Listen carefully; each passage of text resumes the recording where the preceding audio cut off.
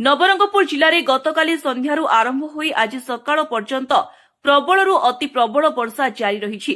विशेषकर नवरंगपुर तेंतुलीखुंटी नंदाहांडी और पापड़ाहांडी ब्लॉक रे प्राय 105 रु 170 मिलीमीटर पर्यंत वर्षा रेकर्ड करा जायछि। वर्षा जल जोगु विभिन्न स्थान में रास्ताघाट बुड़ी रही। एनएच 26 जातीय राजपथ 26 चाउरियागुड़ा छक निकट में 2 ରୁ 3 फुट उच्चर पानी चलुथिबारु यातायात में बाधाप्राप्त होइछि। प्रशासन पक्षरु सुरक्षा दृष्टि गाड़ी मोटर गुड़िकु बाईपास रास्ता दे डाइवर्ट करा जाउछि। संध्या सुधा पानी कमिले ट्राफिक स्वाभाविक हेबो बोली आशा करा जाउछि। प्रशासन पुलिस एवं अग्निशम बाहिनी संपूर्ण सजग अछंती। संध्या सुधा जलस्तर ह्रास पाइबा सह स्थिति नियंत्रण को आसिबो बोली जिलापाल डॉक्टर महेश्वर स्वाई सूचना दैछंती।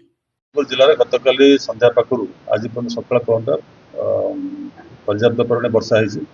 पाखापाखि नवरंगपुर ब्लॉक तेंतुलीखुंटी ब्लॉक और नंदाहांडी ब्लॉक में विशेषकर पाखापाखि 165 ରୁ 170 मिलीमीटर वर्षा विभिन्न ब्लॉक रिपोर्ट होती। ता छड़ा आम पापड़ाहांडी ब्लॉक में पर्याप्त परिमाण वर्षा रिपोर्ट होती। तो से वर्षा पर्याप्त परिमाण वर्षा जो विभिन्न जगह रास्ता समर जा पर्टिकुलरली आपंकर एनएच 26 टाउन भीतर जाइए चाउरियागुड़ा छकटार सकाल आज रास्ता समर जाता 2 फुट उच्चर पानी रास्ता पर चलता। तो ट्राफिक ट्राफिक जो सुरुखुरु चलता व्याहत होती। तो आम तो बाईपास मध्यम से रास्ता डाइवर्ट कर लोक मानक अनुरोध कर रास्तार बर्तमान किस समय न जाए अनुरोध कर संध्या सुधा रास्ता स्मूथ हो ट्राफिक फ्लो स्मूथ होती। आम पुलिस अच्छा फायर टीम अच्छा अनुरोध करपटे न जावाई संध्या सुधा ट्राफिक फ्लो नॉर्मल हो सेपटे जावास कर सर आउ सब ब्लॉक रे कोन सब आउ कौन से ब्लॉक रे किसी विशेष माने डैमेज आम रिपोर्ट पाइनु।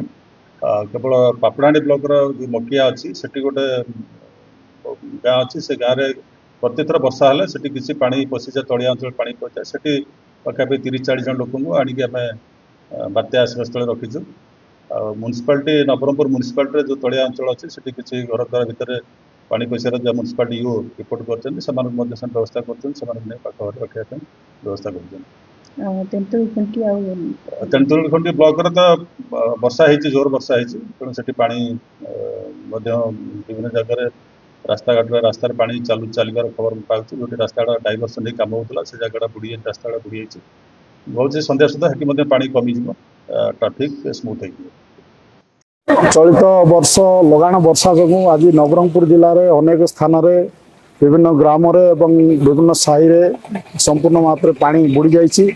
से अंचल आम गस्त करुँ से अंचल संपर्कित अंचल जो मानक विस्थापित करने नहीं आम बन्या आश्रय स्थल रखीचु और सेठार कि भाव से खाଇବା व्यवस्था और रहा व्यवस्था और लाइटर व्यवस्था कि सुव्यवस्था हो पार से करूँ संपर्क वीडियो मान निर्देश दि सारी एवं सरकार जिते सबू संपर्क अनेक योजना पाइबार जो अच्छी आम सरकार को एवं कलेक्टर को कही सारीचु से माने समस्ते किभली भाव में पाइबे एवं घर जार जार भांगी घर देवा व्यवस्था करने संगे संगे आंशिक जो मैंने भांगी से पाल देवा संगे संगे अन्य व्यवस्था करने चेष्टा करूँ एवं प्रशासन सहित आलोचना करूँ एवं बन्या जो भाव में आज वर्षा वर्तमान सब थमी ना किभली भाव में जो नदी अंचल जो अच्छा से किभली सुरक्षित भाव में उद्धार करा आमर प्राथमिकता रही।